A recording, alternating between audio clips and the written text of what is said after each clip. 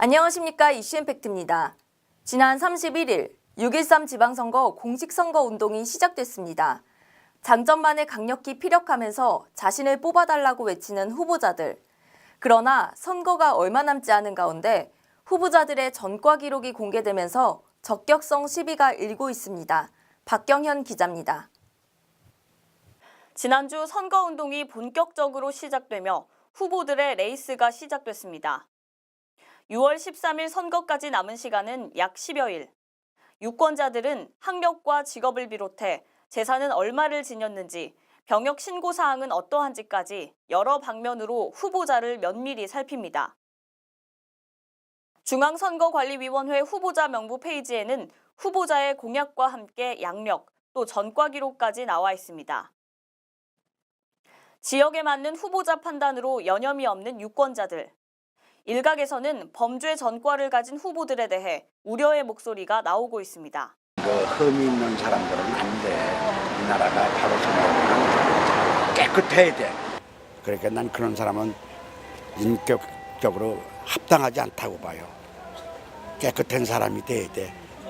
평택시는 입 후보자로 시장 2명, 도의원 14명, 시의원 29명까지 시장을 포함한 시도의원이 모두 45명 올라와 있습니다.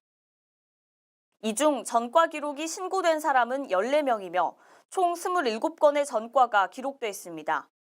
신고 기록 중 가장 큰 비율을 차지한 전과 종류는 음주운전으로 14명 중 5명, 모두 6건을 기록했습니다. 뒤이어 공무집행 방해가 5건으로 나타났습니다. 눈에 띄는 범죄 기록도 있습니다. 절도, 상관상해, 알선 뇌물수수 등 후보자의 자질이 의심되는 전과 종류도 보입니다. 정당별로 살펴보니 가장 범죄 기록이 많은 곳은 바른미래당 5건, 더불어민주당이 3건, 무소속이 3건, 자유한국당은 2건, 민중당이 1건으로 나타났습니다. 전과 기록이 깨끗한 선거구도 있습니다. 평택시 도의원 제4선거구는 전과 사실이 없는 것으로 나타났습니다.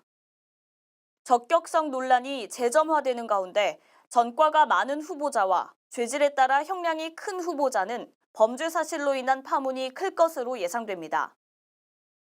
유권자 사이에서는 공직을 수행할 적합자를 판단하는 과정에서 후보자들의 준법성에 대한 기준을 두고 여러 지적이 일고 있습니다. 후보자들의 전과 기록이 드러나면서 자질에 대한 논란이 일고 있는데요. 일부에서는 입 후보자들에 대한 검증 시스템이 제대로 작동하지 않고 있다는 비판도 제기됐습니다. 조례를 제정하고 행정력을 통솔하면서 국민들의 모범이 되겠다고 나선 이들의 과거 범법행위 기록들이 밝혀지자 일부 유권자들은 실망감을 넘어서 분노를 표출하기도 했습니다. 냉철한 판단을 통해서 적임자를 선출하는 것, 바로 유권자의 권리이자 의무입니다. 지금까지 이슈임팩트의 유효림이었습니다. 시청해주셔서 고맙습니다.